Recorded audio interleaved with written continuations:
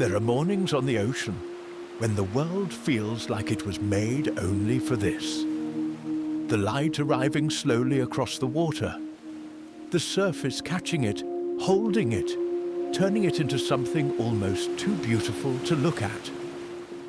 The silence beneath the waves, ancient, undisturbed. The feeling that here, at this hour, nothing could go wrong. Those mornings are the most dangerous ones. She had been swimming here for years. Same waters, same route. The rhythm so deep in her body, she no longer needed to think about it. She had learned in the open sea, not a pool, not a lane, the real ocean with nothing to hold on to. The sea holding her, the way it holds everything, without preference, without favorites. Her boat was anchored 200 meters behind her, close enough to see. But distance is a strange thing. It exists differently, depending on what lies between you and where you need to be. 200 meters of calm water is a pleasant swim. 200 meters with something beneath it is something else entirely. Beneath her, the ocean dropped away into darkness, blue becoming gray, gray becoming a depth that light had simply decided not to visit. She had never needed to think about what lived down there. She had swum above it for years with the comfortable confidence of someone who has never had a reason to look down. Then the water changed. She felt it before she understood it. The body always knows first. A shift in temperature, a current moving differently beneath her, rearranging itself the way water moves when something large has displaced it. She kept swimming. She told herself it was nothing. She saw the shadow first. Not the shark, the shadow. Long darker than the water around it, moving with a different intention than current or tide, moving with purpose. The shadow of something that had been in these waters long before she had, long before anyone she had ever known had ever touched the sea. She stopped swimming, the way the body stops before the mind has caught up, before logic has had a chance to weigh in. One moment, the rhythm she had trusted for years, doing its quiet, reliable work. The next, everything stopped. She was treading water, looking down, her breath too fast, too loud in her own ears. Before she knew why, she had already gone still. It was below her, circling, not the circling of something uncertain, not the movement of an animal still deciding whether to act. This was the movement of something that had already decided, patient, geometric, absolute, taking its time because it had all the time in the world. And she did not. She looked down, and she saw it, large, grey, patient in the way that only apex predators are patient. The ocean had been holding something beneath the beautiful surface, beneath the morning light, beneath all the years she had swum here, trusting it. And now it was showing her.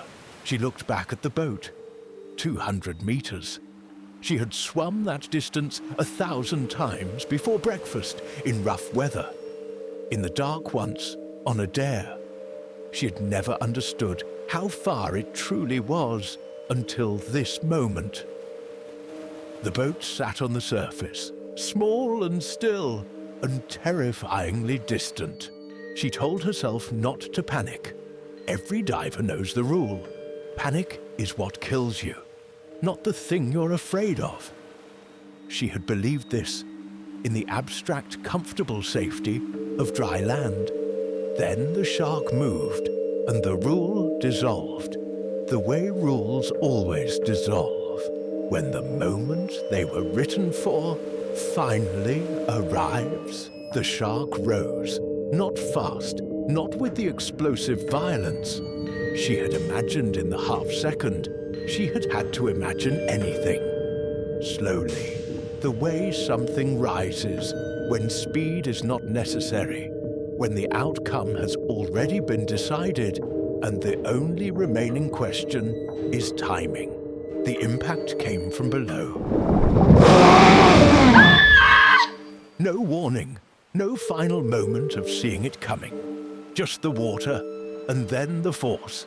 Sudden, total, the kind that reminds you, in the most brutal possible way, what your body actually is. The world went white, then chaos, then the ocean was everywhere, and she didn't know which way was up. The water changed color. She saw it spreading from her body, moving outward through the blue, the way ink moves through water, slowly at first, then faster, then everywhere. She looked at it, the way you look at something. Your mind refuses to fully process. She knew what it meant. She knew what the ocean now knew too.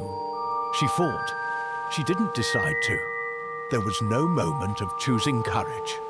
The body simply refused, with hands that weren't working properly, with a voice the ocean swallowed whole, with everything she had left, which was less than she needed and more than nothing. She fought, because that is what we do. Even when we know it may not matter. The shark came again. Of course it came again. The ocean is not cruel. Cruelty requires intention. The shark came again, because that is what sharks do. Because everything in the water said, here. And she, treading water, bleeding, exhausted, had nothing left to answer it with. She was tiring. The blood, the cold, the weight of the water, against arms that had given almost everything they had. Her kicks were smaller now, less certain. The rhythm she had trusted her whole life, stuttering, the way a clock stutters when it is almost out of time. Almost. She held on to that word. Then something else moved. In the water. Fast. Not the slow, deliberate circling. She had been watching below her. Something different. Something responding. Not waiting. Coming from the other direction. From the open ocean. From the blue. From somewhere she hadn't been looking. Because she had been too focused on the thing she was afraid of, to notice what was coming for her instead. The impact was violent. Not on her. The water around her erupted, a force she felt through the ocean itself, a shockwave that had nothing to do with her. Something had hit the shark, not cautiously, not as a warning. Hard, direct, with the full weight of her body that had committed completely to what it was doing. And the thing that had been coming for her stopped. A dolphin, grey and silver in the blue water, moving with a speed and precision she had never seen anything move with. Not playing, not the joyful arcing motion she had loved from boats her whole life. This was different. This animal was moving like a weapon, like something that had made a decision and had no intention of changing it. It placed itself between her and the shark, just between. The simplest possible position, the most ancient possible act. One body, choosing to occupy his space, between a threat and the thing being threatened. It didn't hesitate, didn't calculate the odds. It simply went there, as if that space was where it had always been meant to be. The shark pulled back, not from fear. Sharks don't fear the way we fear. From calculation. Something had changed in the water. Something had altered the equation the shark had been solving since it first felt her presence from a kilometer away. The equation no longer said easy. It said cost. And the shark, like all things that have survived since before the first human drew breath, understood cost. The dolphin circled her, tight, fast, its head turning constantly, watching every direction at once. The way a soldier watches a perimeter, the way a parent watches a room full of danger, the way anything watches when it has taken responsibility for something other than itself. Not gentle now, nothing soft about it. This was an animal that had chosen a side, hers. She looked at it through the blur of pain and water and the particular clarity that arrives in the worst moments of a life, when everything unnecessary falls away and only the essential remains. It looked back, one dark eye, ancient, looking at her with something she could not name and will never be able to name, but which she felt all the way through the cold, all the way through the pain. The shark came back. She had known it would. The part of her that had gone, very quiet and very clear, had known from the moment it descended that this was not over. The ocean doesn't accept a boundary, drawn by another creature, and decide to respect it. It simply tries again. The dolphin felt it before she saw it.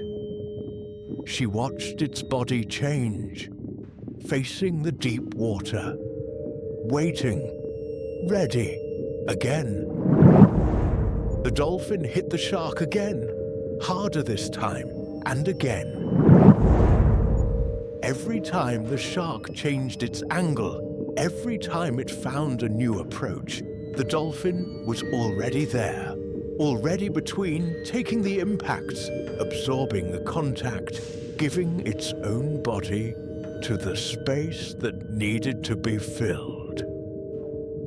She watched it and understood something she had never understood before about what courage actually is. The dolphin was not unharmed. She saw it in the water, the same spreading color she had seen from her own body, now coming from the animal that was protecting her. It bled too. She saw it and felt something she has never been able to fully describe to anyone who wasn't there. Something larger than guilt. Something that had to do with witnessing a cost being paid on your behalf by something that had not been asked.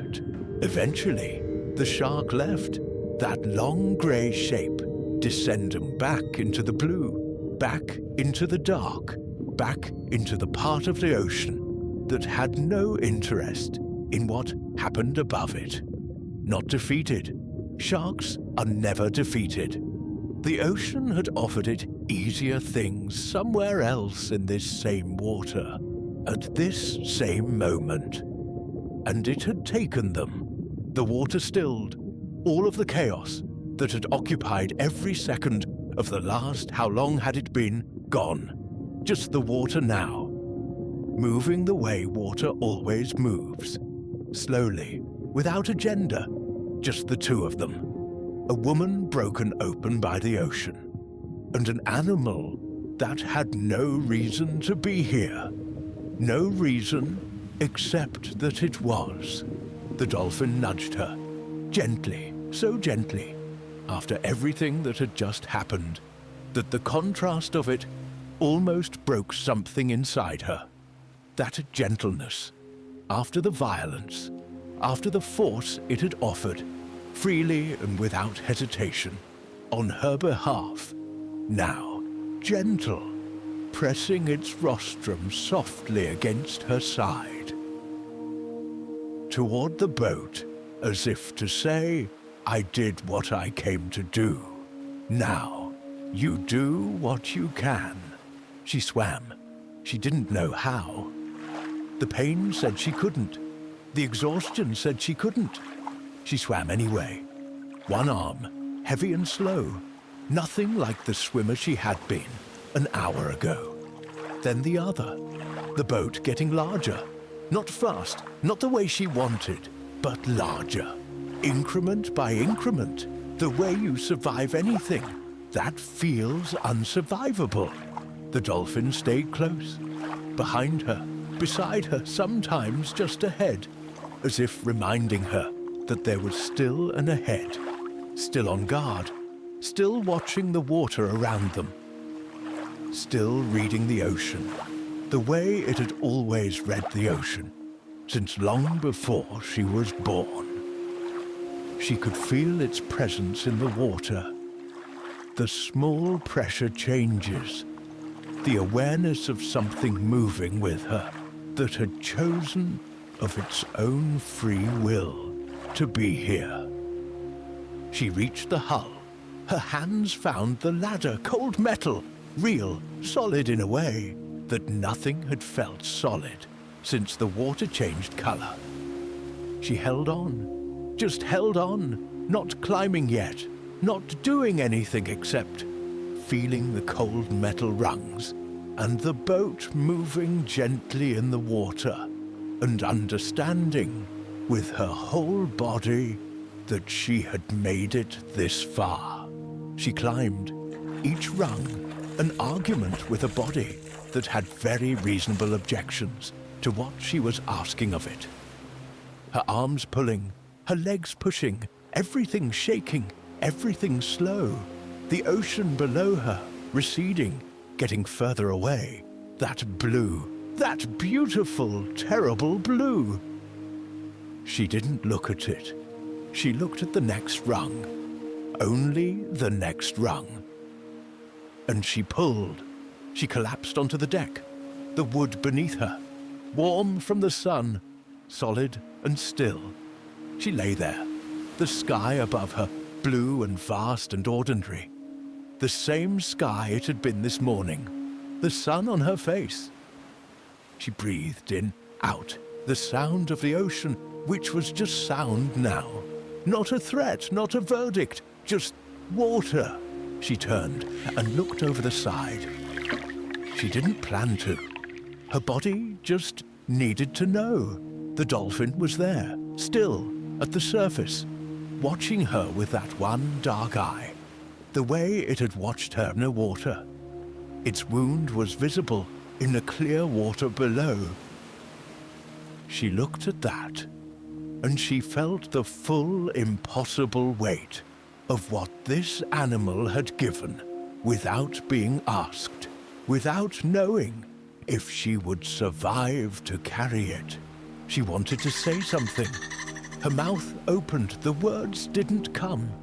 Not because she was too injured, not because she was too exhausted, because there are no words for what passes between a person and the thing that chose to save them.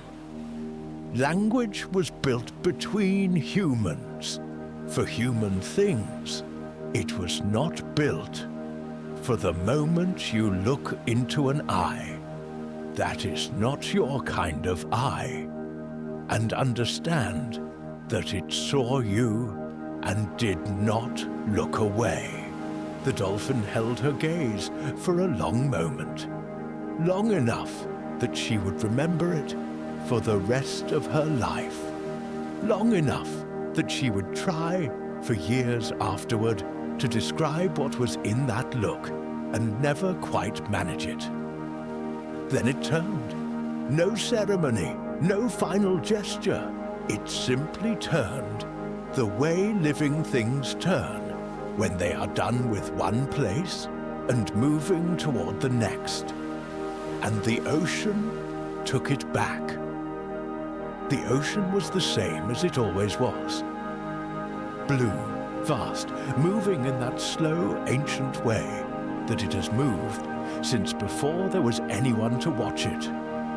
No trace of what had happened, no mark on the surface, no memorial, no record. The sea keeps none. It takes everything that happens inside it and covers it with more ocean, more movement, more light on the water, more beauty. That asks nothing of you except your attention. She sat on the deck of her boat in the middle of all that blue and looked at it. The ocean that had tried to take her. The ocean that had saved her. The same water. The same indifference. The same ancient, beautiful, terrible indifference that somehow contained both. She lay on that deck for a long time, looking at the sky, feeling the sun drying the ocean off her skin, listening to the water against the hull, thinking about the space between the shark and her body where the dolphin had placed itself. That space. She thought about it for a long time. No one asked it to go there. No force of nature sent it. No instinct she could name. No behavior pattern any scientist had ever documented explained what it had done. It simply looked at what was happening and decided that it was not going to look away. She has told this story many times since, to people who believe her, to people who don't, to people who explain it, and people who simply listen. And every time she comes back to the same place, the same question. Not why did it save her, not what made it do it, but this, in a world that always asks, what is in it for me? In a world that has built entire philosophies around the idea that every creature acts only in its own interest. Something looked at a stranger in danger and chose otherwise. She had gone into the ocean alone. She came back because something in it refused to let her go. And that is the only answer she has ever needed. So when something shows up for you in your darkest water, do not ask why. Just let it. And one day, be that thing for someone else.